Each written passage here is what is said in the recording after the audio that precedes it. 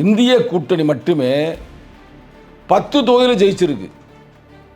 அப்போ பிஜேபி வெறும் 2 தொகுதி. இனி பிஜேபி வர முடியாது, எங்கேயுமே தலை தூக்க முடியாது. இப்போ தான் ஜெயிச்சு முடிச்சுருக்குறாங்க, இப்போ தான் ஆட்சியில் உட்காந்துருக்காங்க. வந்ததுமே இவ்வளோ பெரிய மாபெரும் தோல்வி. அதே நேரத்தில் விக்கிரவாண்டியில் அப்போ இந்த இவ்வளோ பெரிய வெற்றி வந்திருக்கிறது என்றால் இதில் போட்டியிடாத அண்ணா திராவிட ஓட்டுக்கள் எங்கே சென்று விட்டது? அதே அப்போ கேள்வி. அப்போ ஏடிஎம்கே ஓட்டுக்கள் எல்லாமே திமுகவிற்கு வந்திருக்கிறது. அதான் ரொம்ப முக்கியம். அண்ணா திராவிட முன்னேற்ற கழகத்தை சார்ந்த தலித்துக்கள் ஓட்டுக்கள் எல்லாமே திமுகவிற்கு வந்திருக்கிறது. அதான் அங்கே இருக்கிற முக்கியமான ஒரு செய்தி. அவர் இன்னொரு ஆளை சொல்ல விட்டேன், நீங்கள் எல்லாம் சங்கடப்படுவீங்க. 3வது இடத்துக்கு போயிருக்கிற சீமை 10,000 சச்சம் ஓட்டு தான் வாங்கியிருக்கிறார். சம்மந்தம் இல்லாமல் ஒருத்தர் ஏதோ ஒரு ஆள் கேட்குறான்ருக்கா இவர் பேசுகிறாரு. விடுதலை சிறுத்தைகள் பொது தொகுதியில் நின்று ஜெயிக்குமா அப்படின்றாரு. அப்போ நீங்கள் கேட்பீங்க, என்ன கேட்பீங்கன்னு எனக்கு தெரியும். பொது தொகுதியில் ஏன் தலித்து நிற்கலன்னு கேட்பீங்க. அப்போ உங்கள் புத்தி தான் சாதி புத்தி. சாதியற்ற மதமற்ற மாற்றாரை மதிக்கின்ற மகத்தான பண்பு கொண்ட மண்ணின் மைந்தர்கள் தான் விடுதலை சிறுத்தைகள். அதிலே நாங்கள் ஒரு தலித்து நிப்பாட்டி இருக்கிறோம். நீ ஜெயிக்க வைக்கல, ஓட்டு போடலை. அப்போ ஓட்டு போடாதது ஜெயிக்க வைக்காது யார் குற்றம்? இன்னைக்கு எங்கள் தலைவர் வெற்றி பெற்றிருக்கார் என்றால், பல லட்சம் ஓட்டு வித்தியாசம் வெற்றி பெற்றிருக்கார் என்றால் ஒன்லி தலித்து ஓட்டு மட்டும்தான் விழுந்திருக்குதா? சேரியும் ஊரும் தனித்தனியாக இருக்கிறது. ரெண்டும் ஒன்று சேரணும்னு தான் நாங்கள் போராடி கொண்டு இருக்கிறோம். மேதகை உண்மையிலே உள்வாங்கி இருக்கிறீர்கள் என்றால் அதெல்லாம் நீங்கள் கொஞ்சம் கவனமாக நீங்கள் பேச வேண்டும். நீங்கள் திமுக பேசிக்கொள்ளுங்கள், அது உங்களுக்கும் திமுக உள்ள இது. நீங்கள் என்ன பாட்டுக்கணும் பாடிக்கிறீங்க. முழக்கம், முக்கியமான முழக்கமே கொள்கை வெல்ல களமாடுவோம், கோட்டையில் ஒரு நாள் கொடியேற்றுவோம். அப்படின்னா என்ன அர்த்தம்?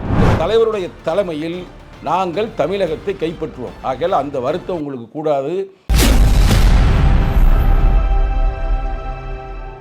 Big bang Tamil PPT.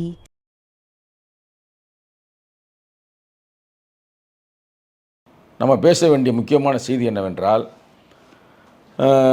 இப்போ எலெக்ஷன் முடிஞ்சிருச்சு, இடைத்தேர்தல்.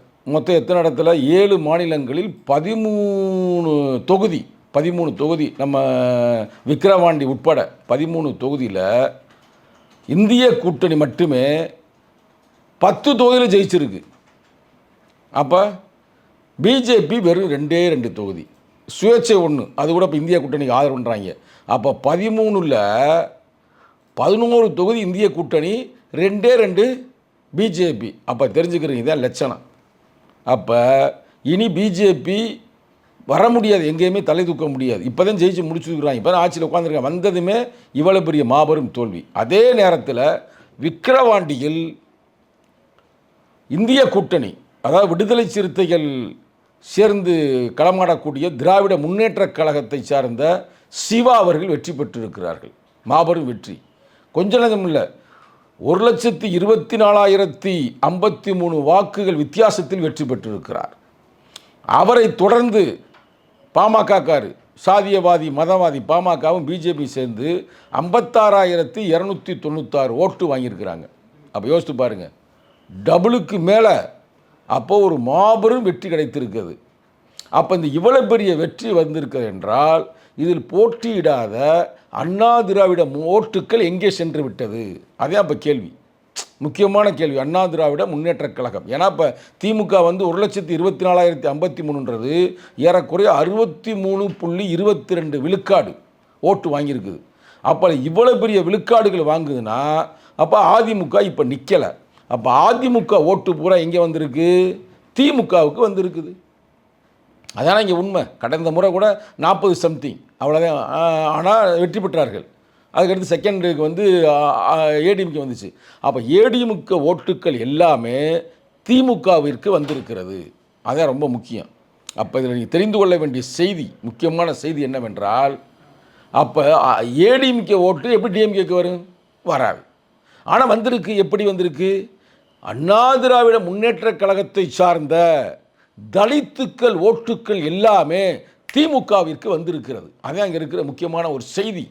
விடுதலை சிறுத்தையில் இருப்பதால் அண்ணா திராவிட முன்னேற்ற கழகத்தை சார்ந்த தலித்துகள் அனைவருமே திமுகவுக்கு ஓட்டு போட்டிருக்கிறார்கள்.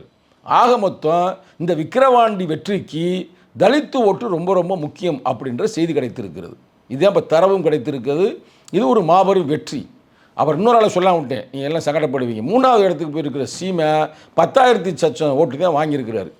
அதை நீங்கள் பார்த்துக்கிறீங்க. இருந்தாலும் அவருக்கும் பாராட்டுக்கள் தான். ஆனால் அதே நேரத்தில் அவர் நேற்று ஓட்டு வாங்கி முடிச்சதுமே ஒரு பேட்டி கொடுத்துருக்கிறாரு. இப்போ நம்ம அதையும் பேசியானும்ல.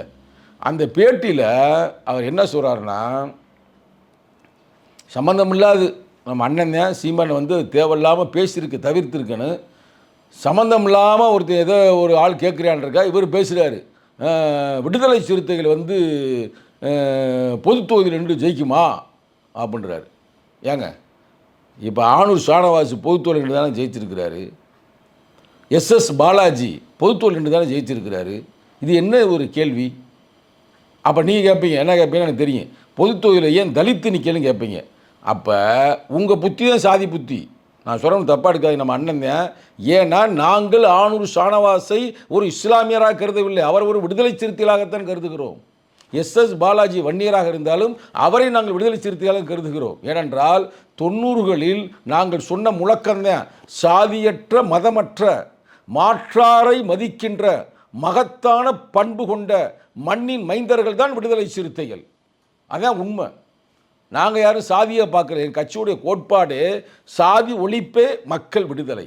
அப்போ மக்கள் விடுதலை அடையணும்னா சாதியை ஒழிக்கணும். இதுதான் மேதகுடைய கோட்பாடு. மேதகுடைய தமிழ் தேசியம் என்பது சாதி ஒழிந்த பிறகு உருவாகுகிற தமிழ் தேசியம்தான். அப்போ நீங்கள் வந்து அந்த புத்தியில் இருக்கிறீங்க. ஓகே, நீங்கள் கலைஞர் கருணாநிதி ஐயாவை பேசுகிறீங்கன்னா அது உங்கள் தனிப்பட்ட விஷயம், நீங்கள் பேசிக்கிறீங்க. அதில் நான் உங்களை எதிர்த்து நான் கேள்வி கேட்கலை. ஆனால் ஒரு தப்பான செய்தியை வைக்கிறீங்க. ஜெயலலிதா அம்மையார் அவர்கள் தான் முதலில் தலித்து ஏழுமலைக்கு அவங்க வந்து நிற்க வச்சு வெற்றி பெற வைத்தார்கள் பொது தொகுதியில்ன்றீங்க. ஆனால் அதுக்கு முன்னாடியே திமுக வெற்றி பெற வைத்திருக்கிறது எம்எல்ஏ கிருஷ்ணமூர்த்தி என்பவரை. வரலாறை செக் பண்ணி பாருங்க. அதே நேரத்தில் விடுதலை சிறுத்தைகளுக்கு பொது தொகுதி கொடுக்கப்பட்டிருக்கிறது. இந்த தொகுதி மட்டுமல்ல, கடந்த வெற்றி பெற்ற தொகுதி மட்டுமல்ல, அதற்கு முன்னால் உளுந்தூர்பேட்டை விடுதலை சிறுத்தைகளுக்கு வழங்கப்பட்டது. அதற்கு முன்னால் எங்கே சோழவந்தான் வழங்கப்பட்டிருக்கிறது. அதற்கு முன்னால் முறையூர் என்ற தொகுதி வழங்கப்பட்டிருக்கிறது. இதெல்லாம் கொடுக்கப்பட்டிருக்குதுல்ல. அதிலே நாங்கள் ஒரு தலித்தை நிப்பாட்டி இருக்கிறோம். நீ ஜெயிக்க வைக்கலை, ஓட்டு போடலை. அப்போ ஓட்டு போடாதது, ஜெயிக்க வைக்காது யார் குற்றம்? சமூகத்தின் குற்றம். அது குறிப்பாக திமுக குற்றம், அதிமுக குற்றம்னு சுருக்காதீங்க. இந்த சமூக கட்டமைப்பே அப்படித்தானே இருக்குது. இப்போ நாங்கள் கேட்காம இருந்தோம். பாராளுமன்ற தேர்தலில் நாங்கள் ஒரு தொகுதி எக்ஸ்ட்ரா கேட்டோம். என்ன கேட்டோம்? கள்ளக்குறிச்சி ஒரு வேளை கொடுத்திருந்தால் அந்த தொகுதியில் எங்கள் தலைவர் என்று இருப்பார், நிற்க வைத்திருப்போம், வெற்றி பெற்றிருப்போம். அவங்க கொடுக்கல, நீங்கள் அங்கே தான் கேள்வி கேட்கணும், இங்கே கேட்கக்கூடாது. சாதி ஒழிப்பை வந்து கவனமாக களமாடி கொண்டிருப்பது விடுதலை சிறுத்தைகள். இன்னொன்று சொல்கிறேன் உங்களுக்கு புரிதலுக்காக. புரட்சி அம்பேத்கரை முழுமையாக படித்தேன் என்ற முறையில் நான் வந்து நட்பு கருதியே நான் சொல்கிறேன். என்ன சொல்கிறேன்னா, அம்பேத்கர் வந்து தனித்தொகுதி வழங்கிய வரலாறு எப்போ? பூனா ஒப்பந்தத்தின் மூலமாக தான் அது நடக்காமல் போனதுனால தான் இந்த தனித்தொகுதியே வருது. தனித்தொகுதி எதுக்காக வருது? அது தனித்தொகுதினா வெறும் ரிசர்வேஷன் சொல்லாடல் தான், எல்லாமே பொது தொகுதி தான். அந்த பொது தொகுதியில் வந்து ஒரு தலித்துக்கான ஒரு உரிமைக்காக, அது ஒன்றும் சலுகை அல்ல, தலைமுறையாக ஒடுக்கப்பட்ட மக்கள் இந்த நாட்டிற்காக உழைத்திருக்கிறார்கள், ரத்தம் சிந்திருக்கிறார்கள், அடிமையாக ஆக்கியிருக்கிறார்கள். இதற்காகத்தான் அது ஒதுக்கப்படுகிறது. அந்த ஒதுக்கப்படும் பொழுது அங்கு வெற்றி பெறுகிறார் என்றால் வெறும் தலித்து ஓட்டு மட்டுமல்ல. இன்றைக்கி எங்கள் தலைவர் வெற்றி பெற்றிருக்கார் என்றால், பல லட்சம் ஓட்டு வித்தியாசம் வெற்றி பெற்றிருக்கார் என்றால் ஒன்லி தலித்து ஓட்டு மட்டும்தான் விழுந்திருக்குதா? தலித்து அல்லாதவரும் சேர்த்தான ஓட்டு போட்டிருக்கிறாங்க. நீ அதை கருத்தில் கொள்ளணும்ல. வெறும் தலித்து ஓட்டு மட்டுமே போட்டால் வெற்றி பெற்றிருக்கார் இல்லையில. இப்போ எல்லாம் சேர்ந்து போட்டதான ஒரு இன்றைக்கி மாபெரும் வெற்றி, 1 லட்சத்திற்கு அதிகமான ஓட்டு வித்தியாசத்துக்கு வெற்றி பெற்றிருக்கிறார். நம்ம அப்படி பிரிக்கக்கூடாது. நாங்கள் அப்படி பிரியலை. நாங்கள் எல்லாரையுமே அண்ணன் தம்பியாக தான் பார்க்குறோம். சேரியும் ஊரும் தனித்தனியாக இருக்கிறது, ரெண்டும் ஒன்று சேரணும்னு தான் நாங்கள் போராடி கொண்டு இருக்கிறோம். இப்போ சாதி பெருமை பேசுகிறவனுக்கும் குடி பெருமை பேசுகிறவனுக்கும் என்ன வித்தியாசம்? சொல்லாடல் ஒன்றும் ஆக்க போகிறதில்ல. அந்த புத்தி, இவன் சாதி புத்தி அப்படின்னு இருந்தமே மாறிட்டு குடி புத்தி அப்படின்னு சொல்வது சரியான ஒரு விளக்கம் அல்ல. மேதகை உண்மையிலே உள்வாங்கி இருக்கிறீர்கள் என்றால் அதெல்லாம் நீங்கள் கொஞ்சம் கவனமாக நீங்கள் பேச வேண்டும். நீங்கள் திமுக பேசிக்கொள்ளுங்கள், அது உங்களுக்கும் திமுக உள்ள இது. நீங்கள் என்ன பாட்டு வேணும் பாடிக்கிறீங்க, அதை பற்றி பிரச்சனைங்க. அண்ணே வந்து எங்கள் தலைவர் வந்து ஒரு நல் எண்ணத்தில் உங்களுக்கு சொல்கிறாரு, அப்படிலாம் பாடக்கூடாது அப்படின்னு சொன்னாரே தவிர வேறு ஒன்றும் சொல்லலை. அப்போ ஒருத்தன் கேள்வி கேட்கும் பொழுது அதற்கு நீங்கள் சரியான பதிலை சொல்லாமல் நீங்கள் முடிஞ்சால் நீங்கள் நின்று பாருங்கள், நாங்கள் நிற்கிறதுக்கு தயார், பொது தொகுதியில் நிற்பதற்கு தயார். அது மட்டுமல்ல, வருங்காலங்களில் எங்கள் தலைவரின் தலைமையில் தமிழகத்திலே ஆட்சி அதிகாரத்தை கைப்பற்றுவதற்கான திட்டத்தை தான் நாங்கள் போட்டுக்கிட்டு இருக்கிறோம். ஒரே நேரத்தில் திட்டத்தை போட முடியாது. சாதி கொடுமைகள் மிகுந்த இந்த தேசத்தில் ஸ்டெப் பை ஸ்டெப்பாக வர முடியும். எல்லாத்துக்குமே ஒரு பரிணாம வளர்ச்சி இருக்குல்ல, அந்த முறையில் தான் நாங்கள் வர முடியும். எங்கள் தலைவருடைய கருத்தியலை உள்வாங்கி இளஞ்சத்து எழுச்சி பாசறைகள் முக்கியமான முழக்கமே கொள்கை வெல்ல களமாடுவோம், கோட்டையில் ஒரு நாள் கொடியேற்றுவோம். அப்படின்னா என்ன அர்த்தம்? கொள்கை வெல்லணும். கொள்கைனா என்ன கொள்கை? எல்லாருக்கும் சமூக நீதி, எல்லாருக்கும் எல்லாம் கிடைக்கணும், தமிழ் தேசியம் வென்றெடுக்கப்பட வேண்டும், பெண்ணுடைய அடிமைத்தனத்தை ஒழிக்க வேண்டும், அதே மாதிரி ஆதிக்கவாதிகளை அழித்தொழிக்க வேண்டும்.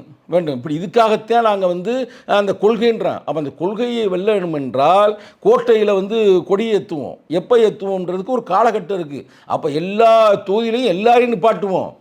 ஆனால் எல்லாத்துக்குமே ஒரு காலகட்டம் இருக்கிறது. அதை நாங்கள் உத்தியோடு கையாளுவோம். அதற்கு காலங்கள் நெருங்கி கொண்டிருக்கிறது. அதை நீங்கள் உணர்ந்து தான் நீங்கள் பேச வேண்டும். இன்றைக்கும் சொல்கிறோம், விடுதலை சிறுத்தைகள் இளைஞரணி தெளிவாக சொல்லுகிறது, அடுத்த பாய்ச்சலுக்கு அணியமாகவும் அடுத்த தலைமுறை அணியமாக்குவோம். அங்குலமாக வளர்ந்தாலும் அழுத்தம் திருத்தமாக வளர்ந்து ஆட்சி அதிகாரத்தில் இன்னைக்கு இல்லைனாலும் வருகின்ற 2026 கூட நடக்கலாம், இல்லை அதுக்கு அடுத்து கூட நடக்கலாம். எங்கள் தலைவருடைய தலைமையில் நாங்கள் தமிழகத்தை கைப்பற்றுவோம். ஆகையால் அந்த வருத்தம் உங்களுக்கு கூடாது. நீங்கள் ரொம்ப எங்களுக்கு சவால் விடக்கூடாது. எங்கள் தலைவருக்கே சவால் விடுறீங்க.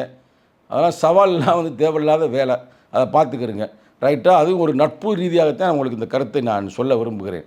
அடுத்து ரொம்ப முக்கியமானது நம்ம பேச வேண்டியது என்னவென்றால், இந்த நேரத்தில் மீண்டும் நம்ம அண்ணன் ஆம்ஸ்ட்ராங்குடைய விஷயத்துக்கே நம்ம வருவோம். இந்த விஷயம் இன்றைக்கி ரொம்ப பெருசாக போய்கிட்டு இருக்கு. அது என்கவுண்டர்னு அதே போகாமல் உண்மையான குற்றவாளிகள் யார், என்ன ஏது அப்படின்றத கண்டுபிடிக்க வேண்டும் என்பதற்காக தான் தமிழக முதல்வரை எங்கள் தலைவர் நேரடியாக சந்தித்தார். நேரடியாக, வேறு ஒன்றும் இல்லை, நீங்கள் பார்த்தீங்கனாலே தெரியும் பொதுமக்களே. அதற்காகவே ஒரு லெட்டர் பேடில் எழுதி நாங்கள் கோரிக்கையாக எங்கள் தலைவர் கொடுத்துருக்கிறார். நிச்சயமாக அதை கண்டுபிடிப்பார் என்று நாங்கள் நம்புகிறோம். கூட்டணியில் இருந்தாலும் கூட டாஸ்மார்க்கை ஒழிக்கணும் அப்படின்னு நாங்கள் போராடி கொண்டிருக்கிறோம். வருகின்ற செப்டம்பர் 17 ஒரு முக்கியமான ஒரு பகுதியில், அதுவும் கள்ளக்குறிச்சி பகுதியிலேயே மதுவை ஒழிக்க வேண்டும் அப்படின்னு மகளிர் அணி பேரணி, இல்லை ஒரு மாநாடு தான் எங்கள் தலைவர் சொல்லியிருக்கார். பேரணி அல்ல, மாநாடு. இல்லை பேரணியோடு மாநாடு கூட நடக்கலாம். ஒரு மாபெரும் ஒரு மாநாடு நடத்துவதற்காக நாங்கள் திட்டமிட்டு இருக்கிறோம். கூட்டில் இருந்துக்கிட்டு நம்மளை தைரியமாக நாங்கள் செய்கிறோம்ல. அது மட்டுமல்லாமல் இன்றைக்கி சொல்லப்போனால் நான் சேலஞ்சே பண்ணலாம், கூட்டில் இருந்துக்கிட்டு எதிர்க்கட்சியாக செயல்படக்கூடிய ஒரே கட்சி விடுதலை சிறுத்தைகள். தொடர்ந்து எத்தனை போராட்டம், கள்ளக்குறிச்சி பல ஆயிரம் பேர்களை திரட்டி நாங்கள் போராட்டம் நடத்தினோம். அதே நேரத்தில் எங்கே நம்ம திருநெல்வேலியில் தம்பி சின்னத்துறை வெட்டிய பிறகு, அது மட்டுமல்லாமல் தொடர்ந்து அங்கே சாதிய வன்கொடுமை நடக்கும் பொழுது அங்கேயும் நாங்கள் அரசாங்கத்தை எதிர்த்து தான் நாங்கள் அங்கே ஆர்ப்பாட்டம் நடத்தினோம். சும்மா இல்லை, சேலத்திலையும் அதே ஆர்ப்பாட்டம் நடத்தினது விடுதலை சிறுத்தைகள். அதே மாதிரி இந்த பக்கத்து கடலூர்லையும், இப்படி பல பகுதிகளில் நாங்கள் தொடர்ந்து மக்களுக்காக போராடி கொண்டிருக்கிறோம். இப்போ கூட கடந்த வாரம் கூட எங்கள் தலைவர் தலைமையில் டாஸ்மார்க்கை இழுத்து மூடு அப்படின்னு சொல்லி நாங்கள் வள்ளுவர் கோட்டத்தில் போராட்டம் நடத்தவில்லையா? அப்போ விடுதலை சிறுத்தைகள் கூட்டணி இருந்தாலும் சரி, கூட்டணி இல்லாமல் இருந்தாலும் சரி, மக்கள் நலனுக்காக மக்களுக்காக போராடக்கூடிய ஒரே கட்சி என்பதை இப்போ தமிழகத்தில் இருக்கிற அனைத்து பொதுமக்களும் அறிந்து விட்டார்கள். மீண்டும் நான் பொதுமக்களுக்கே சொல்கிறேன், குறிப்பாக இவருக்கு அவருக்கெல்லாம் இல்லை, காலங்கள் கனியும் பொழுது நிச்சயமாக ஒரு பொது தொகுதியிலேயே விடுதலை சிறுத்தைகள் நின்று வெற்றி பெற்று அந்த காலகட்டத்திலேயே ஆட்சியிலும் பங்கு அதிகாரத்திலும் பங்கு என்ற சூழ்நிலை நிச்சயமாக உருவாகும் என்பதை மட்டும் இந்த தருணத்தில் கூறி உங்களிடமிருந்து விடைபெறுகிறேன். நன்றி, வணக்கம்.